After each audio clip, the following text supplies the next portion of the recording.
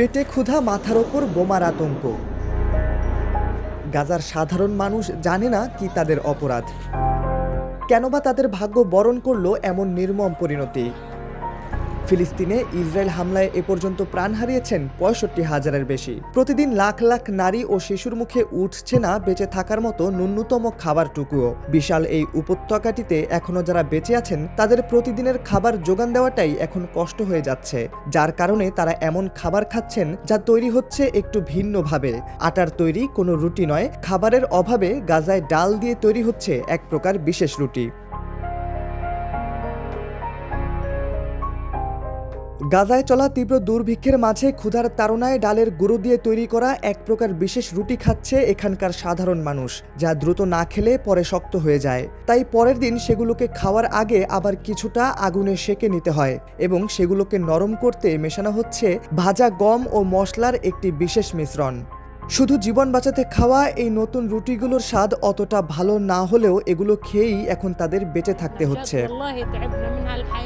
Extreme মশার coil plant fibre দিয়ে তৈরি, ডেঙ্গু, চিকুনগুনিয়া বাহি সহ যে কোনো মশার বিরুদ্ধে দেয় এক্সট্রিম সুরক্ষা। 19 সেপ্টেম্বর আল জাজিরার এক প্রতিবেদনে বলা হয়েছে, রুটি বানিয়ে খাওয়ার জন্য গমের আটা ফুরিয়ে যাওয়ায় প্রথমে গাজাবাসী পাস্তা ব্যবহার করা শুরু করেন।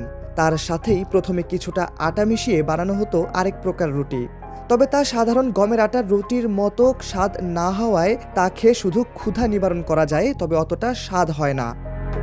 সবশেষ আটায় টান পড়লে আবার ডালের দিকে ঝোঁকেন এখানকার স্থানীয়রা।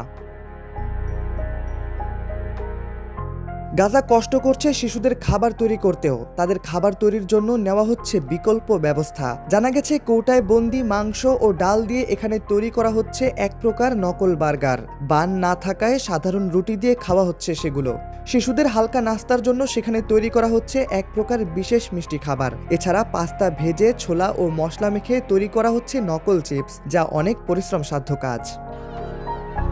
ইসরায়েলে চলা দীর্ঘ অবরোধ ও সংঘাতের ফলে গাজায় আজ খাদ্য সংকট ভয়াবহ আকার ধারণ করেছে। নিত্য প্রয়োজনীয় জিনিসপত্রের আকাল মেটাতে এখানকার মানুষ এখন বিকল্প ও নকল খাবারের দিকেই বেশি ঝুঁকছেন।